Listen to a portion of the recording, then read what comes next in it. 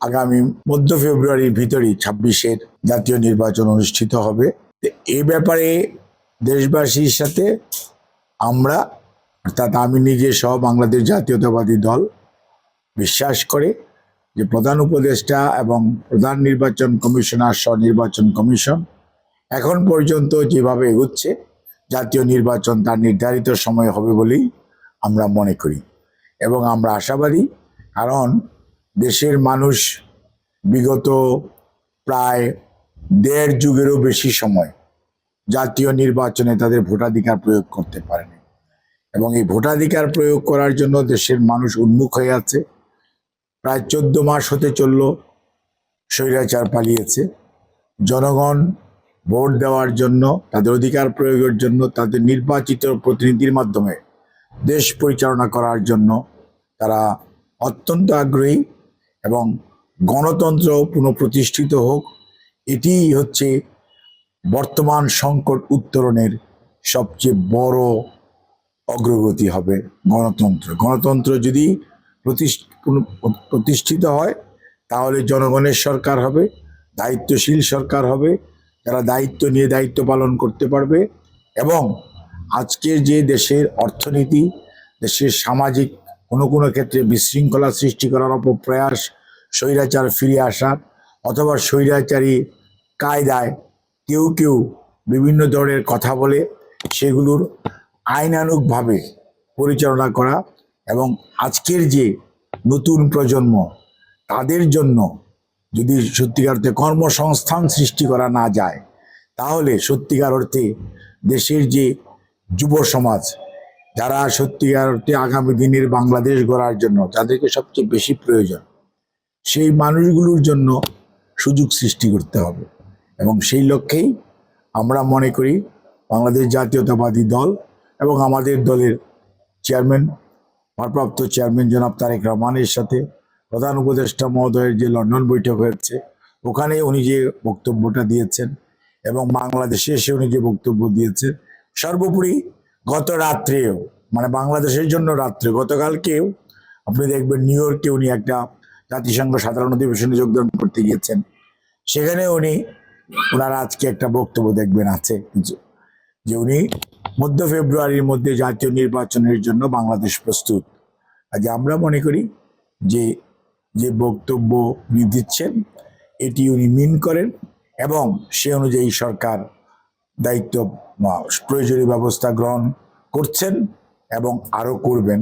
আর নির্বাচন কমিশন সেই লক্ষ্যেই সকল আয়োজনের যে উদ্যোগ নিয়েছে আমরা মনে করি সে অনুযায়ী নির্বাচনী যে ট্রেনের যে যাত্রা শুরু হয়েছে যথাসময়ে নির্বাচন অনুষ্ঠিত হবে।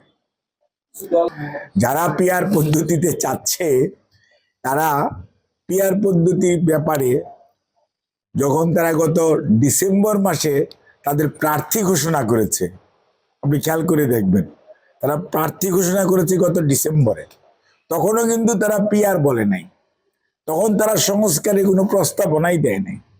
আর বাংলাদেশ জাতীয়তাবাদী দল 22 ডিসেম্বরে 23 জুলাইয়ে তারেক রহমানের আমাদের ভারপ্রাপ্ত চেয়ারম্যান ওনার নেতৃত্বে 31 দফা যে রাষ্ট্র সংস্কারের কর্মসূচি দিয়েছে, রাষ্ট্র পরিচালনার যে কর্মসূচি দিয়েছে সেখানে সবকিছু উল্লেখ আছে।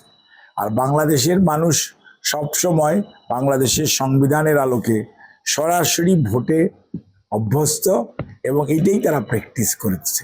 কাজেই দেশের মানুষ কোনো অবস্থাতেই যে প্রপোর্শনাল রিপ্রেজেন্টেশন এই ভোট কি এবং যে প্রার্থীকে তারা দেখলো না, যে প্রার্থীকে তারা চিনে না, জানে না, যে প্রার্থীর সাথে তাদের কোনো ইন্টারেকশন হবে না, সেই প্রার্থীকে আমাদের দেশের মানুষ ভোট দিয়ে জয়যুক্ত করবে, এটা বাংলাদেশের 54 বৎসরেও এটা প্র্যাকটিস হয় নাই, পাকিস্তানের 24 বৎসরেও এটা প্র্যাকটিস হয় নাই, ব্রিটিশ আমলের এটা প্র্যাকটিস হওয়ার সুযোগ চড়ায়।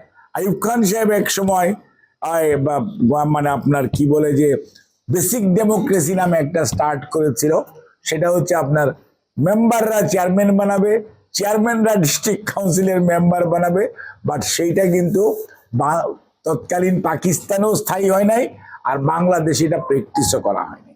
কাজেই পিআর পদ্ধতির ব্যাপারে আমাদের দলের বক্তব্য অত্যন্ত স্পষ্ট। পিআর পদ্ধতি নিম্ন কক্ষ বলেন, আমরা চাই সরাসরি সংবিধানে যেটা আছে সরাসরি ভোট। জনগণ তাদের প্রার্থীদেরকে সরাসরি ভোটের মাধ্যমে নির্বাচিত করবে। এবং এটা যেভাবে আজকে ব্রিটেনে যে ডেমোক্রেসি প্র্যাকটিস হচ্ছে, ব্রিটেনকে আমরা বলি গণতন্ত্রের সূতিকাগার, তাহলে সেখানে থেকে যদি আমরা গণতন্ত্রের কথা বলি, তাহলে ওরা কি প্র্যাকটিস করছে? আপনি লোকসভা নির্বাচনে কি হচ্ছে, আমেরিকান কংগ্রেস নির্বাচনে কি হচ্ছে?